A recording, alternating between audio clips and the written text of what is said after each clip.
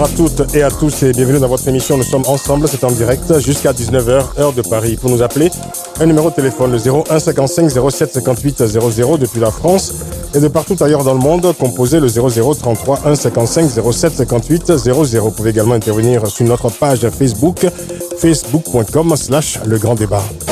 Africa numéro 1, le grand débat.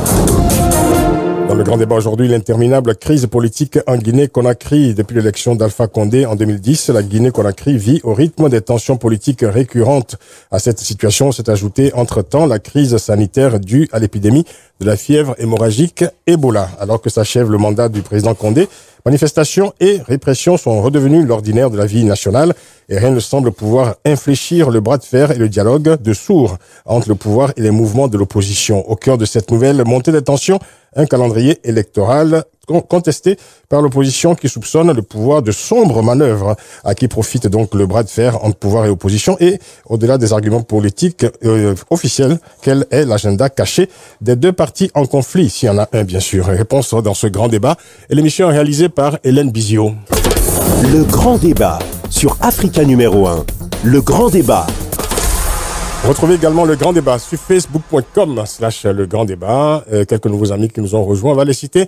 Gabino, Gérald, Mahamat, Oumar Goukouni, Alpha, Ousmane, Diallo, Octave, Adjivon. Merci de rejoindre la communauté des co-débatteurs du grand débat sur facebook.com/le grand débat et un clin d'œil comme chaque jour à nos amis qui se trouvent aux quatre coins du monde, notamment ceux qui sont au Canada, en Écosse, à Édimbourg ou encore à Berlin. Tiens, à Berlin, on a quelques amis à Berlin et aussi à Washington DC. Tout de suite, le débat du jour. Le grand débat, analyse, décryptage, coup de gueule, commentaires. Le grand débat sur Africa numéro 1. Comment sortir la Guinée d'une crise politique récurrente, une crise qui aura marqué 5 ans durant le mandat du président Alpha Condé, élu en 2010, alors qu'une rencontre est prévue, dit-on, à Paris, entre le président guinéen et son homologue français. Une question se pose, peut-on encore espérer un retour à un processus électoral ordinaire dans un pays où les partis politiques, pouvoir et opposition ne sont jamais parvenus depuis 5 ans à trouver les voies de l'apaisement politique? Réponse avec nos invités. Avec nous ici en studio, Lansana Kouyaté. Bonsoir, monsieur le Premier ministre. Bonsoir. Ancien Premier ministre de la Guinée de mars 2007 à mai 2008. Vous êtes président du PEDN, Parti de l'Espoir pour le Développement National, et vous êtes l'auteur, il faut le rappeler, d'un ouvrage dont on a parlé ici il y a quelques mois, intitulé « Du brasier somalien à la chaleur onusienne » aux éditions du Panthéon. Nous sommes également au téléphone depuis Conakry avec notre confrère Idrissa Somparé, journaliste pour Espace FM. Il est avec nous d'ailleurs. Idrissa Somparé, bonjour. Bonsoir. Oui, bonsoir Francis. Bonsoir à tous. Merci d'être avec nous. Alors, monsieur le Premier ministre, au cœur de ce nouveau bras de fer donc entre pouvoir et opposition, il y a la question du calendrier électoral. Alors, il faut expliquer aux auditeurs. La commission électorale, la CENI, qui a proposé de reporter les élections locales attendues, il faut le rappeler, depuis 2010.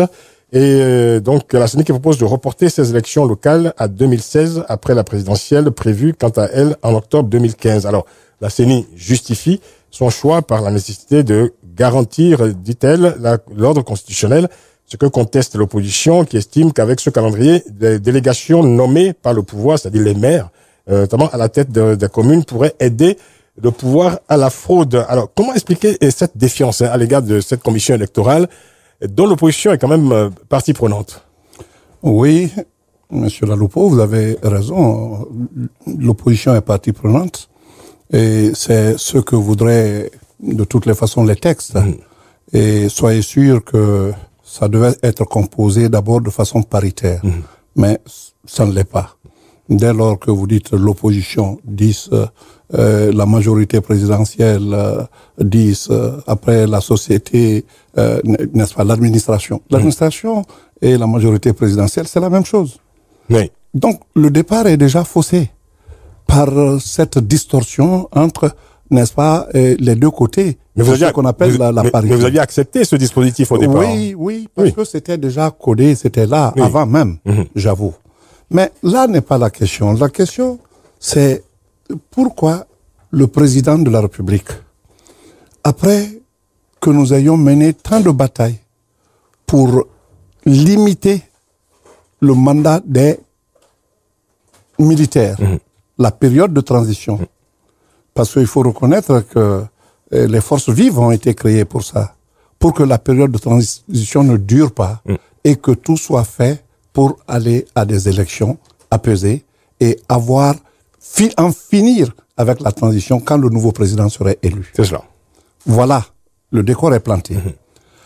Le président vient, il trouve que d'abord le mandat des maires, des conseils communaux avait totalement expiré. C'est cela. Près de 5 ans.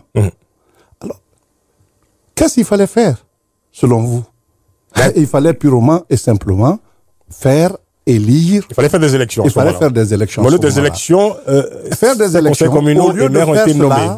Il enlève les maires élus dont le mandat a expiré. C'est ça. Et il les fait remplacer par ce qu'il appelle les délégations spéciales. Ces délégations spéciales, la loi est claire là-dessus. Quand on constate qu'il y a faute, au moins du tiers du conseil communal, alors il appartient au chef de l'État de le faire constater d'abord par la justice, et une fois que la justice l'aura prouvé, et remplacer ce conseil communal par une délégation spéciale, dont le mandat ne peut pas dépasser 6 mois au maximum. Ils sont là-bas depuis 2010. Ça fait 5 ans que ça dure. Ça fait bientôt 10 ans. Si on prend, n'est-ce pas, l'expiration du mandat, c'est ça, et on l'ajoute à ces 5 ans à lui, ça nous fait 10 ans. On veut aller à 2 élections présidentielles sans avoir renouvelé les instances de base. Est-ce que cela est normal? Alors, ça relève pratiquement du bon sens, Lassana Kouyaté. Quel est l'argument du pouvoir en face, face au vôtre? Non, il donne pas d'argument. C'est le président qui dit non. Il dit non, comme il a dit non à beaucoup de choses. Parce qu'on a le sentiment parfois qu'il y a une confusion entre, en fait, quand on écoute les revendications de l'opposition, qu'il y a une confusion entre les prérogatives de la commission électorale et celles du pouvoir exécutif. Est-ce à dire que le pouvoir exécutif, aujourd'hui, instrumentalise la commission électorale? Oh, ben, tout à fait. D'ailleurs, je vais vous rappeler que la commission électorale nationale indépendante avait déjà abattu un grand travail pour que ces élections communales et communautaires aient lieu. Il y a eu, n'est-ce pas, des retraites. Ils sont allés en conclave à Kindia, et la liste est très longue de ceux qu'ils ont cités comme activités déjà menées. Mais qui décide de la date des élections en Guinée aujourd'hui? En Guinée, les dates sont statutaires. Oui, mais c'est la commission électorale qui décide. Malheureusement, et il arrive comme il arrivait avant, la transition n'est pas terminée. Parce que justement, c'était les écueils des périodes passées. Au moment où le président Conté est mort, l'Assemblée avait déjà 4 ans, toujours en place, alors que son mandat avait expiré. Oui, cela dit, entre-temps, il y a eu une élection présidentielle, il y a eu même des législatives, sur le tard, d'accord, pas aux dates prévues. Et alors, aujourd'hui, évidemment, on arrive à la fin du mandat de monsieur Alpha Condé. Alors, je vous ai posé une question très simple pour qu'on comprenne bien ce qui se passe en Guinée-Conakry. Il y a une commission électorale qui a été mise en place. C'est elle, donc, qui décide, qui organise les élections et qui en décide des dates, etc. Alors, à vous écouter, finalement, c'est le président Alpha Condé qui décide aujourd'hui de la date des élections en Guinée-Conakry. C'est lui qui décide de ce qui doit être fait à la CENI, c'est lui qui décide de ce qui doit être fait à l'Assemblée nationale. Ça, vous pouvez l'affirmer, clairement. Je l'affirme, je le dis. C'est anticonstitutionnel. C'est absolument anticonstitutionnel. Et c'est ce que nous avons mis dans notre déclaration, dite déclaration de Paris, où nous avons dit qu'en dehors même de ces questions, la Constitution a été violée plusieurs fois. Je peux vous en citer et quelques violations. Il y a d'abord une loi qui... La Constitution prévoit que le président, 48 heures après son élection, n'est-ce pas, fasse l'état de ses biens et propriétés. Ça n'a jamais été fait. C'est une violation de la Constitution, puisque la Constitution le prescrit. La même Constitution, c'est l'article 5 ou 6, si j'ai bonne mémoire, mais la même Constitution prévoit que il fasse son départ de la tête de son parti, le RPG. Ça n'a jamais été fait. Il est toujours président du parti. Vous pouvez en citer beaucoup comme ça, de violations de la Constitution? Je peux en citer beaucoup comme ça. Alors, les manifestations ont recommencé depuis hier en Guinée-Conakry, à Conakry en tout cas, malgré l'interdiction. À l'issue de cette manifestation, l'opposant Cellou Dalein Diallo a déclaré ceci, je le cite, il donne rendez-vous jeudi aux manifestants à nouveau. Il dit jeudi, il faut que soit Alpha Condé fléchisse, soit il part. Alors, vous-même avez déclaré au site Guinée News, que j'ai lu cette interview en préparant cette émission, vous avez dit Monsieur Alpha Condé est illégitime dès lors qu'il s'est mis à violer massivement la Constitution. Alors, quand on écoute ces propos, on se demande finalement, est-ce que l'opposition aujourd'hui est en train de demander clairement et simplement le départ d'Alpha Condé? Oui, parce que il ne remplit pas ses engagements. Il ne respecte pas le serment devant, n'est-ce pas, le peuple. Vous demandez le départ d'Alpha Condé? Un serment qu'il a prêté. On a eu au moins 3 accords déjà signés. Le premier accord avait été initié par Monseigneur Gomez, et ça, c'était à la demande de l'opposition. La communauté internationale, les ambassadeurs, bilatéraux comme multilatéraux, se sont impliqués très fortement. Et c'est in fine que cela a été accepté.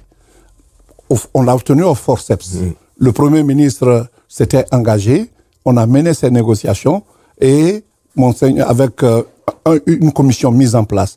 Malheureusement, les résultats sont restés lettres mortes. Il y a eu une autre négociation avec le Premier ministre Saïd Guénit, qui était le représentant des Nations Unies.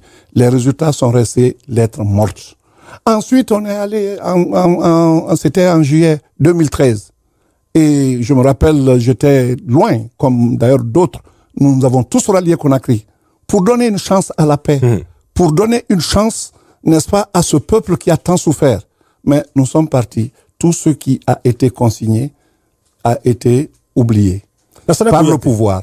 Alors, pourquoi continuer? Il ne s'agit pas de dialogue. Le dialogue, on en a suffisamment fait. Oui, bien sûr, on sait évidemment. Mais si les résultats ne sont pas appliqués, ces dialogues successifs depuis 5 ans. À quoi ça n'a abouti à rien? Alors aujourd'hui, il n'y a plus de dialogue possible. C'est pas ils n'ont qu'à respecter tout ce qui a été déjà arrêté. Et certains du RPG vont jusqu'à nier même qu'il y ait eu engagement de leur part. Au travers de ces négociations. Alors, comment vous êtes un expert des questions politiques et diplomatiques. Alors, j'aimerais bien que vous me précisiez à nouveau. Est-ce que vous demandez aujourd'hui clairement et simplement, au vu de tous les arguments que vous avancez là, la destitution de Alpha Condé? Nous demandons, que les accords qui ont été signés soient respectés. Oui. On ne va pas continuer d'aller à saucisson. Il n'y a plus beaucoup de temps maintenant entre aujourd'hui et puis la prochaine présidentielle. Mais c'est fait exprès. Oui. Il l'a fait exprès. Vous demandez la destitution avant la prochaine présidentielle? Il l'a fait exprès parce que s'il ne peut pas le faire entre-temps, alors il n'est plus légitime. C'est ce qu'on a déclaré. On ne se débile pas, on l'a dit, on l'a constaté. Et je vous ai dit que je ne vous ai cité que quelques violations. Il y en a de plus massives. La constitution de l'Institut national des droits de l'homme, on est allé jusqu'à falsifier ce que le CNT, le Conseil national de transition, qui tenait lieu, n'est-ce pas, d'Assemblée nationale, c'était sur notre accord. Mais un texte qui est conçu là-bas est finalement promulgué avec des changements à l'intérieur. Ça s'appelle un parjure. C'est bien sûr. Ça s'appelle parjure. Et c'est avec ça, vous pensez que la démocratie va, n'est-ce pas, prospérer? Alassane Kouyaté, vous êtes notre invité jusqu'à 19h dans ce grand débat, ancien Premier ministre de Guinée et président du PEDN, Parti de l'Espoir pour le développement national. Nous parlons de cette interminable crise politique en Guinée. Nous allons marquer une pause pour la publicité et nous écouterons juste après la pub notre confrère qui est à Conakry, Idrissa Somparé, journaliste à Espace FM. Restez avec nous, nous revenons dans 2 minutes. Ne partez pas, à tout de suite. Le grand débat, 18h, 19h, sur Africa numéro 1, avec Francis Laloupeau sur Africa numéro 1. L'interminable crise politique en Guinée-Conakry, nous en parlons avec notre invité, Alassane Kouyaté, président du PEDN, le Parti de l'Espoir pour le développement national, ancien Premier ministre de Guinée, et notre confrère Idrissa Somparé qui est avec nous au téléphone depuis Conakry. Idrissa, vous êtes avec nous? Oui, je suis là, Francis. Voilà donc relancé le cycle des manifestations et de la répression à Conakry. Hier encore, des manifestations malgré l'interdiction. Et puis, rendez-vous est donné à nouveau aux manifestants jeudi pour à nouveau manifester, marcher, évidemment. Des manifestations avec leur cortège de blessés, de morts.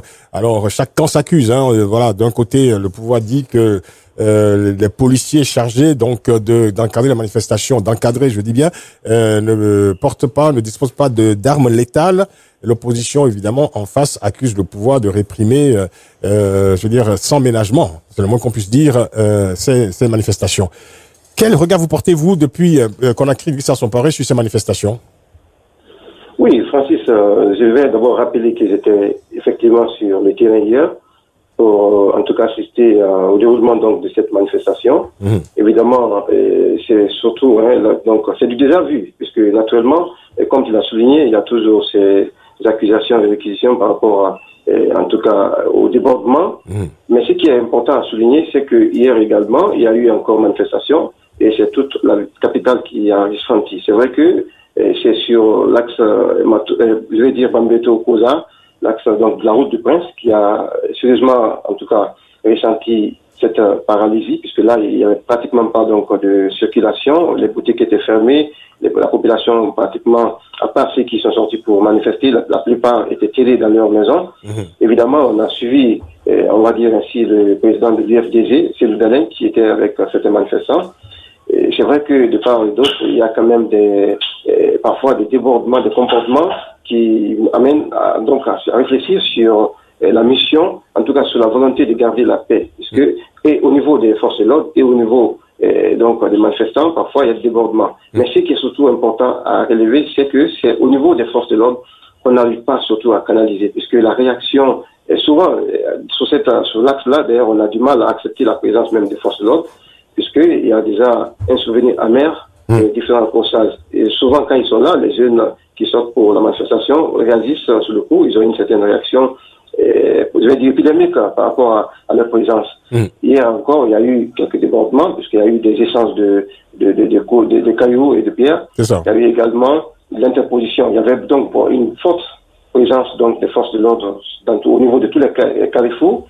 Et évidemment, il y a eu encore des blessés, même si c'est pas comme les précédents. Je dirais que c'est vraiment une journée qui ajoute encore la souffrance de la population guinéenne. Est-ce que vous confirmez qu'il y aura de nouvelles manifestations jeudi prochain? Oui, naturellement, tout le monde s'attend à cela, puisque à l'issue donc de la rencontre même dimanche, qui s'est déroulée entre Cellou Dalein et certains membres donc, du gouvernement, notamment le ministre de la Justice, le ministre des Droits de l'Homme et le ministre donc secrétaire à la présidente Kiridi Bangwa, il y a eu un entretien, mais ça n'a pas donné. Et ici en Guinée, on sait déjà que pour qu'il y ait naturellement une solution, il faudrait que le président s'investisse. Ce n'est pas une délégation donc ministérielle qui va trouver cette solution. Parce que aujourd'hui, la crise est tellement profonde que il faut naturellement une certaine, en tout cas, un dialogue entre le président et les partis politiques et que naturellement on puisse mettre en pratique tout ce qui va être décidé à ce niveau. Très bien. Le ministre, les acteurs, la société civile, les acteurs, il sera très difficile pour eux en tout cas d'empêcher les manifestations quand c'est lancé. Très bien. Idrissa, reste avec nous. Lansana Kouyaté, alors cela fait 5 ans que l'opposition manifeste, en tout cas les jeunes qui manifestent surtout, parce que d'ailleurs certains reprochent à l'opposition d'ailleurs d'envoyer les jeunes se faire tuer pour des causes qui leur échappent parfois.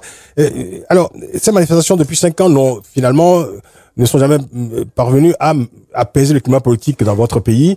Est-ce que vous avez songé, en tant qu'opposant, je veux dire, à inventer d'autres méthodes de contestation autres que ces manifestations? Pourquoi ces manifestations? Pourquoi tant d'affrontements?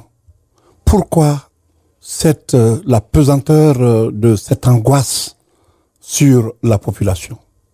Quand vous êtes élu à la tête d'un pays, vous devez être le premier réconciliateur, le premier médiateur, celui qui rassemble, celui qui fédère. Vous devez voler haut pour vous placer au-delà des contingences. Mais si vous êtes le premier à invectiver, je rappelle certains propos tenus par le chef de l'État.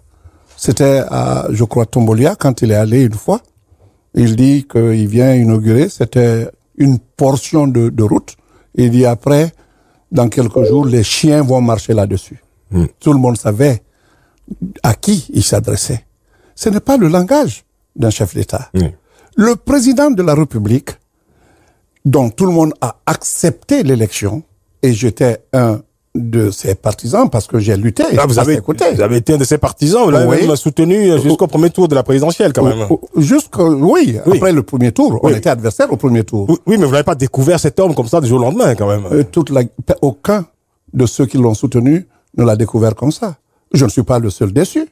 Mais moi, j'ai sonné le tocsin autour de ça déjà les 100 premiers jours. J'ai dit que la tendance n'est pas bonne. Parce que, n'est-ce pas, ces tendances, justement, dictatoriales apparaissaient déjà.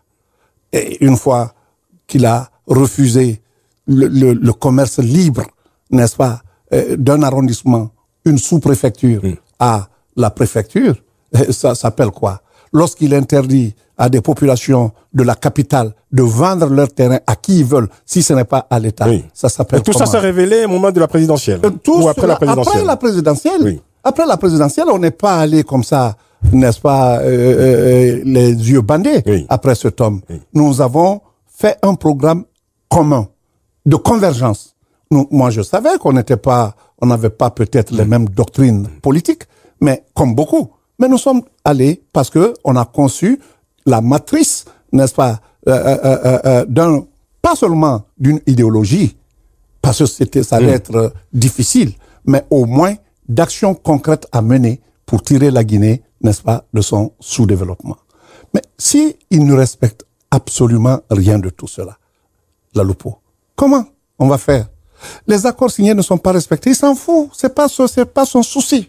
Mais alors, j'aimerais quand même une réflexion générale, Lansana Conté, parce que voilà, je rappelle le titre de votre ouvrage, du brasier somalien à la chaleur onusienne, aux éditions du Panthéon, où vous racontez finalement toutes ces années que vous avez passées à être médiateur, facilitateur de conflits, etc. Oui. Et voilà que vous avez un conflit dans votre pays qui est un conflit récurrent, un conflit que rien ne semble pouvoir aujourd'hui endiguer ou en tout cas résoudre. Est-ce que vous ne ressentez pas ça comme un échec personnel après avoir fait une longue carrière de médiateur et de facilitateur? Non, on n'est pas prophète ce soir. Et vous parlez de tous ces endroits où j'ai fait la médiation. Je rappelle que en plus de la Somalie, une fois revenu aux Nations Unies comme sous-secrétaire général, je m'occupais et de l'Afrique, et de l'Afghanistan, et du Tadjikistan, et du Moyen-Orient.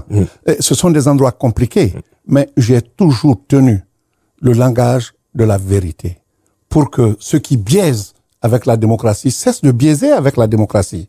Pourquoi? Qu'est-ce qui fait que ce qui a été possible ailleurs, dans des endroits très compliqués, comme vous dites, ne l'est pas en Guinée-Conakry? Pourquoi on n'arrive pas à surmonter cette crise? Ça n'a pas été possible partout. C'est même pire, parce qu'aujourd'hui, vous n'êtes pas médiateur, vous êtes carrément acteur d'une crise. Je suis acteur, et donc j'ai au moins l'avantage d'avoir fait les deux côtés, et j'ai l'avantage donc de comprendre un peu et pourquoi il y a, si vous voulez, il y a une sorte d'arc-boutage et des uns et des autres pour ne pas accepter l'inacceptable.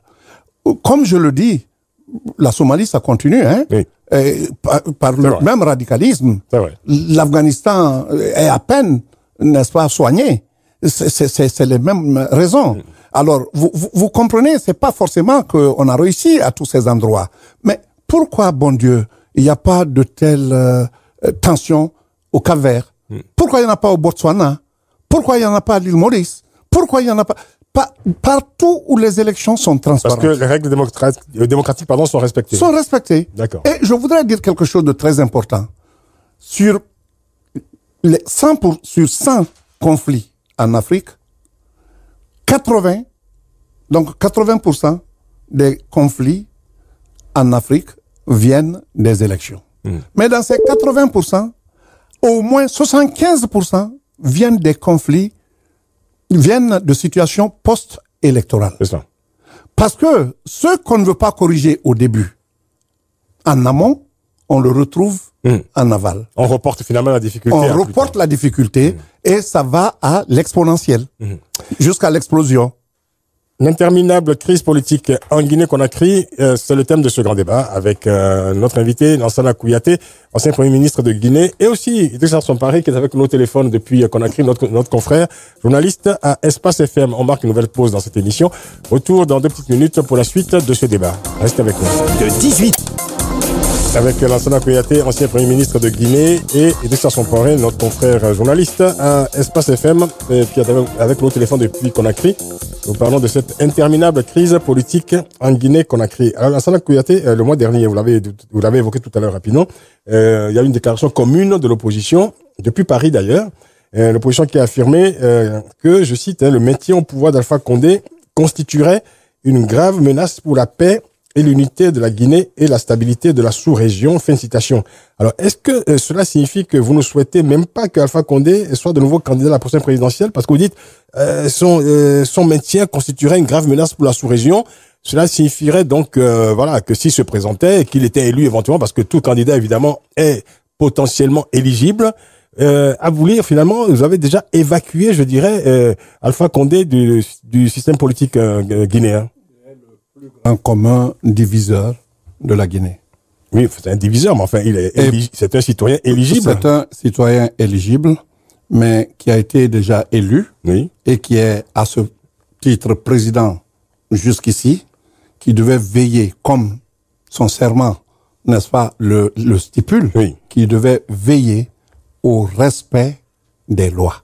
Il ne respecte pas les lois, Monsieur Laloupo. Il respecte pas. Et vous, alors lui, il dit plutôt que l'opposition a mis en place une sorte de complot permanent comme ça depuis 5 ans pour rendre le pays ingouvernable. Je crois que c'était pas ce qu'il disait avant. Avant, sur près de 2 ans et demi, il disait toujours, on a eu l'initiative PPTE. Oui. Le bonheur de la Guinée va commencer. J'ai pu avoir avec Rio Tinto 700 millions de dollars. Le bonheur de la Guinée va commencer. L'Assemblée a été élue. C'est fini. La Guinée sera en paix. Il est allé d'expédient en expédient. C'était pas le langage du complot en ce moment. C'était la vente de l'espoir et des espérances à un peuple qui, finalement, je vous jure, il y a des endroits aujourd'hui où l'opposition n'a absolument rien à faire. Ce sont des gens qui vont sortir pour se mobiliser. Le peuple de Guinée a faim. Le peuple de Guinée, les promesses qui lui ont été tenues pour l'électricité, pour l'eau, et il a bien dit, prenez son programme de campagne, qu'en 3 ans, la Guinée serait autosuffisante du point de vue alimentaire, où tout cela est parti. Il y a eu aussi en ce temps quand même l'épidémie Ebola. Est-ce qu'à ce moment-là, il y a une sorte d'union sacrée comme ça du pouvoir de l'opposition pour faire face à ce fléau? Mais si le président, toute l'opposition, en tout cas je sais que le PDN a fait des dons.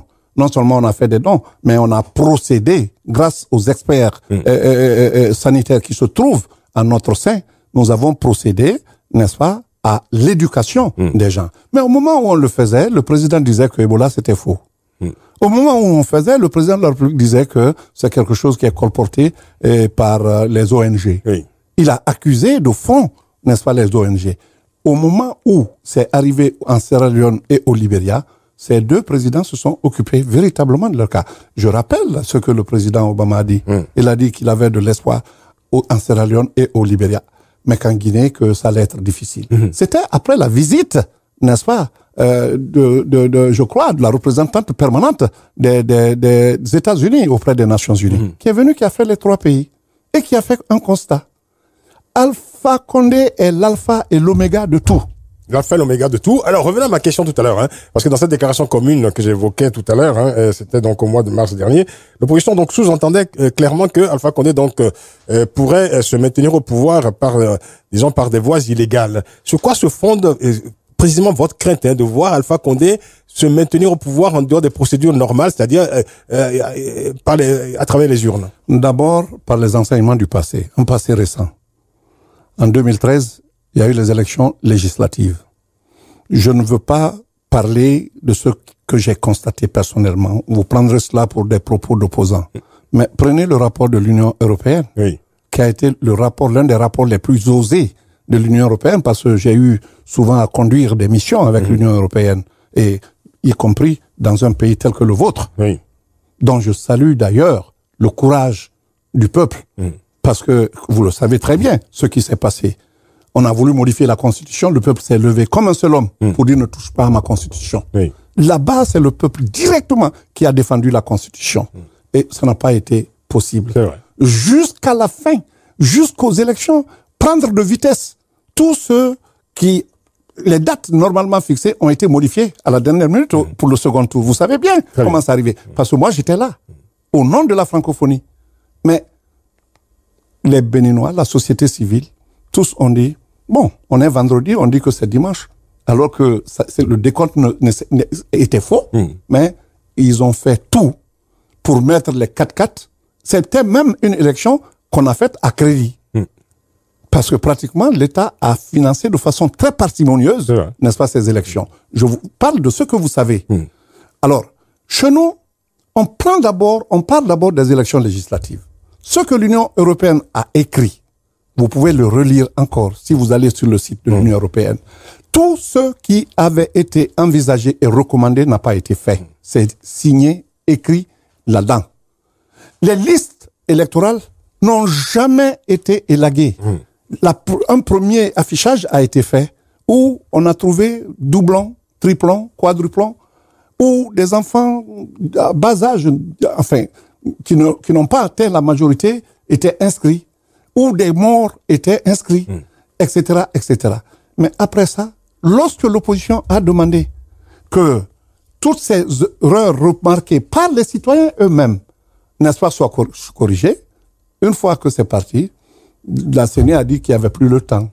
Donc il n'y a même pas eu d'affichage électoral. Nous partons de cette réalité.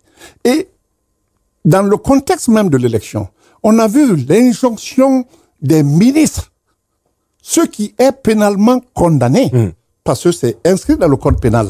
C'est une faute tellement grave que, n'est-ce pas, c'est au pénal que ça se juge. Mais on a vu des ministres faire irruption dans les salles, n'est-ce pas, de dépouillement, déchirer des papiers, des cartes, des bulletins de vote. Nous avons vu des caisses de bulletins, des urnes transportées par des sous-préfets.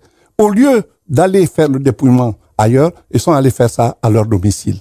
Alors, chat échaudé, pain eau froide. Non seulement ça c'est le passé, mais sur le présent aussi, la réalité est là. Mais on dit de faire des élections avec la présence de maires qui ne sont pas élus, qui sont nommés.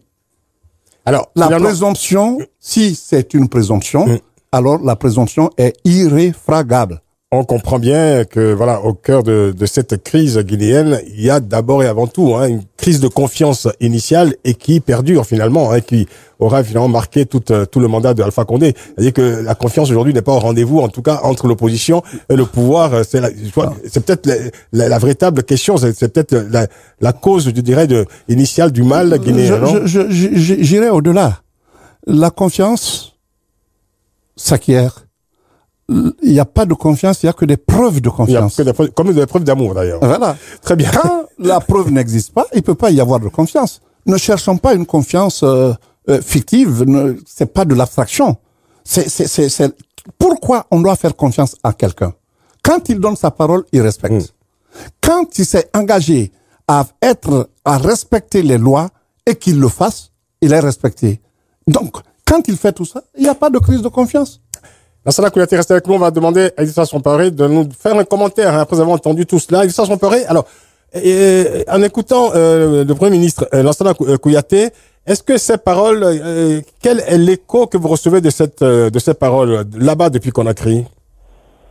Non, on est habitué à cela. C'est le même discours au niveau de tous les acteurs politiques qui dénoncent non seulement la CENI, qui est l'institution qui doit gérer justement les élections, qui également manque, en tout cas qui affiche déjà l'absence de confiance à l'endroit du président de la République. C'est dans tous les discours de l'opposition ici. Évidemment, en fait, le problème en Guinée, c'est vraiment ce qu'une politique que les acteurs politiques se livrent, et ça fait aujourd'hui que la population est un peu perdue puisque on a vu en tout cas, ce conglomérat donc le président qui formait, on va dire, les forces vives et qui ont hérité donc de ce pouvoir, mais finalement, aujourd'hui, depuis que Alpha Condé est au pouvoir, il y a vraiment on voit de crise en crise. Vous l'avez compris, on ne parle que d'élections, on parle très peu de développement. Oui. La Guinée, c'est comme si c'était le rendez-vous donc des malheurs, puisque Ebola, entre-temps, il y a donc beaucoup de choses, naturellement, avec ces affrontements. Et en Guinée, aujourd'hui, il faut le dire, la population vit très mal cette crise politique et elle ressent le coup de façon très très prononcée. C'est pourquoi aujourd'hui beaucoup, et quand vous prenez même la démarche de l'opposition aujourd'hui, il sera très difficile d'enchaîner les mouvements de manifestation puisque les gens vivent au quotidien. Et hier seulement, la journée d'hier seulement, il faut voir combien de familles étaient dans les difficultés de se trouver au moins un repas par jour. C'est pourquoi aujourd'hui, les gens, en tout cas, la population est un peu lâchée de cette crise politique. Alors, Idrissa Sampaore, on sait qu'une rencontre a eu lieu, vous allez le confirmer peut-être, dimanche dernier entre l'opposant Cellou Dalein Diallo et le gouvernement, dans le cadre, dit-on, d'un appel au dialogue. Alors, l'opposition campe sur ses positions et estime que le dialogue ne serait possible qu'après la suspension du calendrier électoral. Quel scénario du futur pouvez-vous nous dessiner, Idrissa Sampaore? Est-ce que vous pensez qu'aujourd'hui, ce processus électoral est bloqué? Franchement, c'est bloqué. Même si la CENI continue ses activités à l'intérieur du pays, c'est bloqué puisque, vous savez, la plupart des attendent naturellement la réaction du président de la République qui était en déplacement.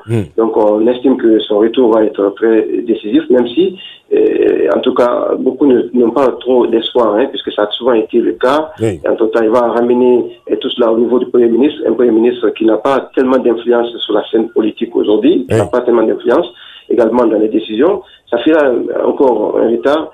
On va dire que les élections vont... Il faut être un peu réaliste. Moi, je trouve que tout cela, on perd du temps et tout cela va avoir une répercussion sur le programme donc des élections. Parce que je sens déjà que ce sera très difficile pour le pouvoir en place donc d'accepter de commencer par les élections communales, puisque l'argument qui est brandi, c'est qu'ils ne veulent pas être dans le cadre donc d'une période où le président sera plus constitutionnel, où on va dépasser la période des élections prévues.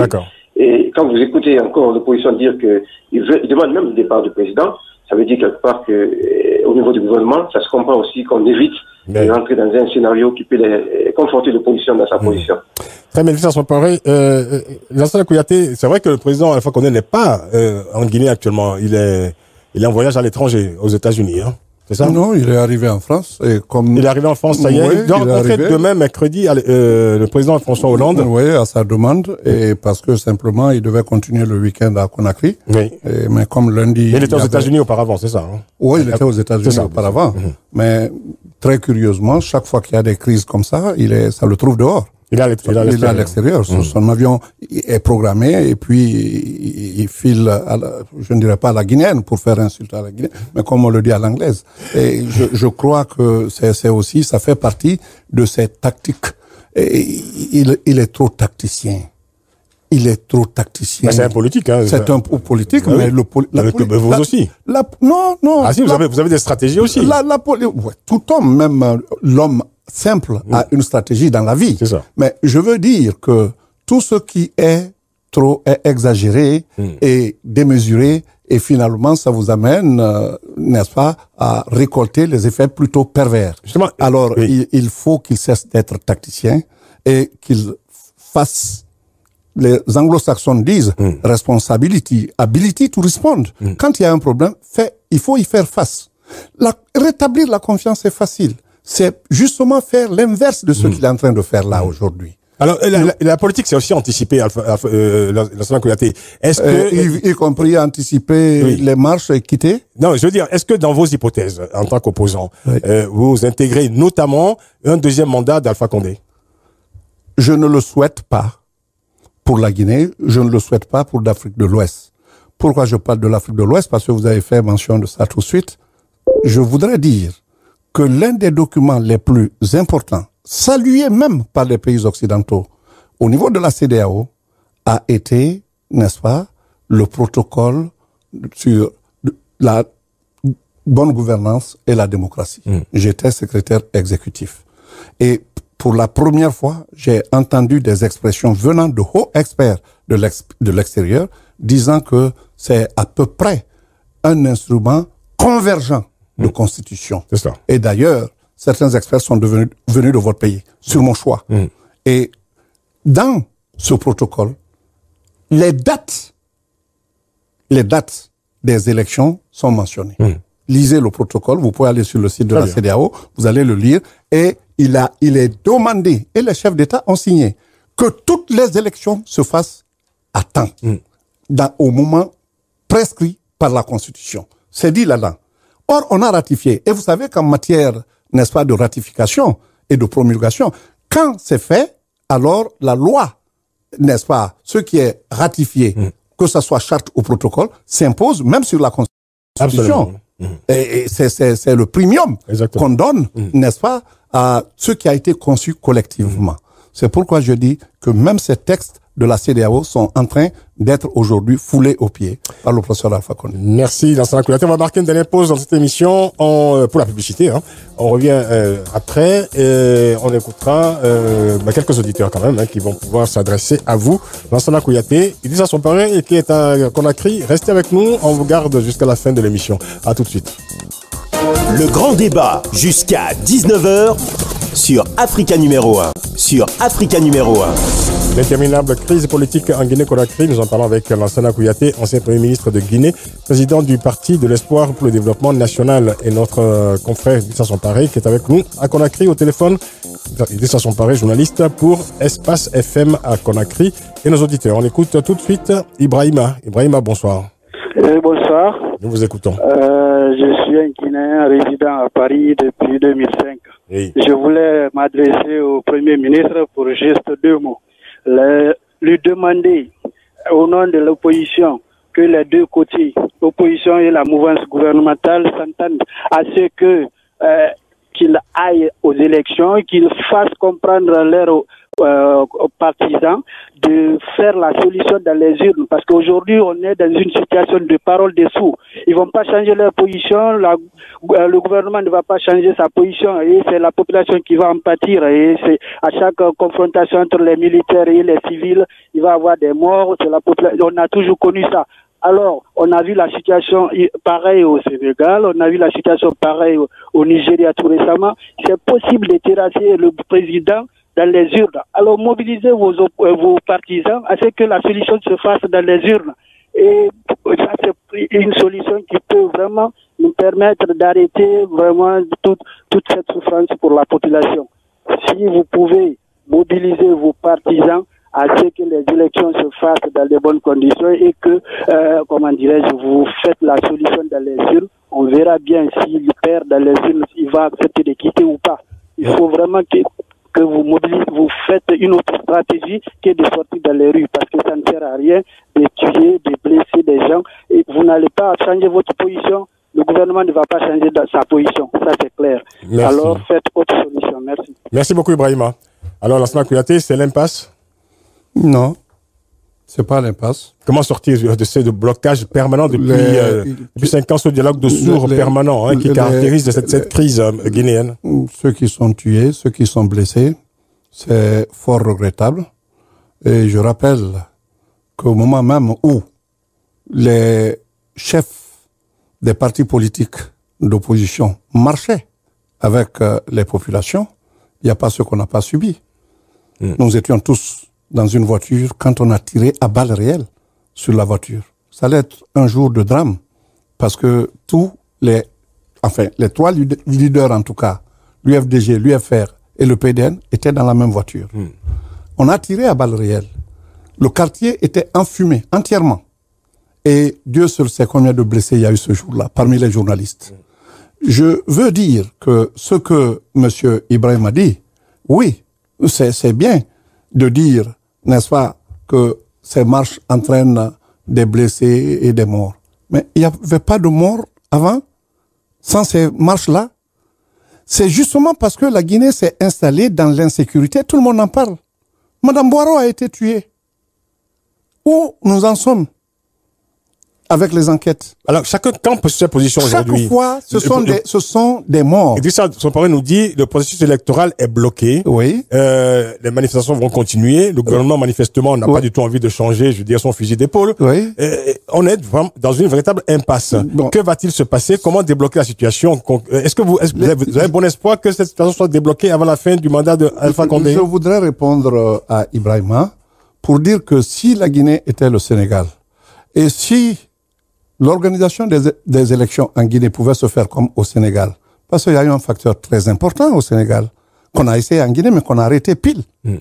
C'était la diffusion des résultats, bureau, par les radios synchronisées. C'est ça. Tout le monde suivait, en direct. Aux élections législatives et même présidentielles déjà, on a vu la chose commencer en Guinée. Et après, paf, on dit qu'il faut arrêter. Et que les résultats ne seront connus que par la CENI. Que quand la CENI les donnera. Donc ce suivi citoyen qui a été possible au Sénégal a été impossible en Guinée. En dehors même de cela, tout ce qui peut constituer la vertu d'une élection n'a pas existé en Guinée. Les Sénégalais, moi-même j'ai été là-bas quelques jours avant les élections, ils étaient calmes parce qu'ils savaient que les règles du jeu allaient être imposées. Je vous dis que c'est un pays où un ministre de l'Intérieur a osé déjà déclarer, parce que les élections sont organisées par le ministère de l'Intérieur, ce qui est normal pour un pays démocratique. La CENI, ce n'est qu'une parenthèse, parce qu'il n'y a pas de confiance en le système administratif. Mais au Sénégal, il y a eu déjà un ministre qui a déclaré, n'est-ce pas, son président battu. En Guinée, est-ce que M. Ibrahim pense que cela est possible? C'est l'impasse ou pas, Lansana Kouyaté? Je reviens maintenant à vous. On arrive à faire l'émission, c'est pour ça. Pour dire que on est dans une réponse précise. Pour que l'impasse soit levée. Donc il y a l'impasse. Il y a l'impasse. Non, il y a l'impasse. Mais il faut que ça soit levé.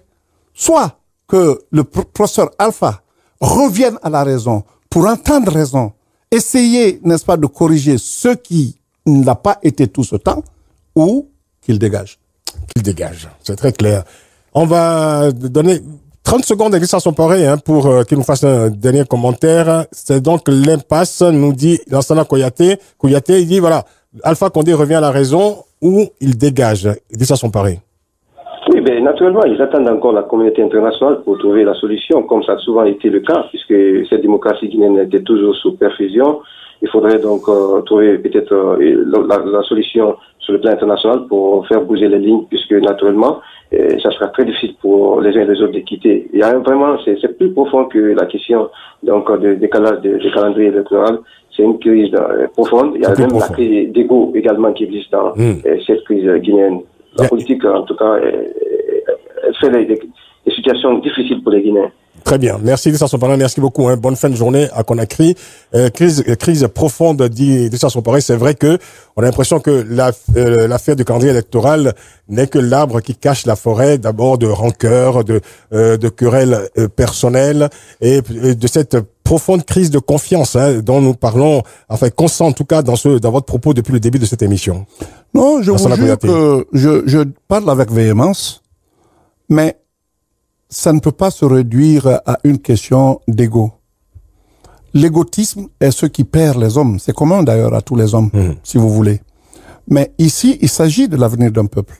Il s'agit de l'avenir de jeunes qui se sont battus depuis 2006-2007 pour qu'on en vienne maintenant à une démocratie véritable. C'est au nom de tous ces jeunes-là, ceux qui sont morts comme ceux qui vivent, que nous avons espéré qu'après la transition militaire, la transition institutionnelle allait être complétée par le président qui vient. La haute cour de justice n'est pas mise en place jusqu'ici.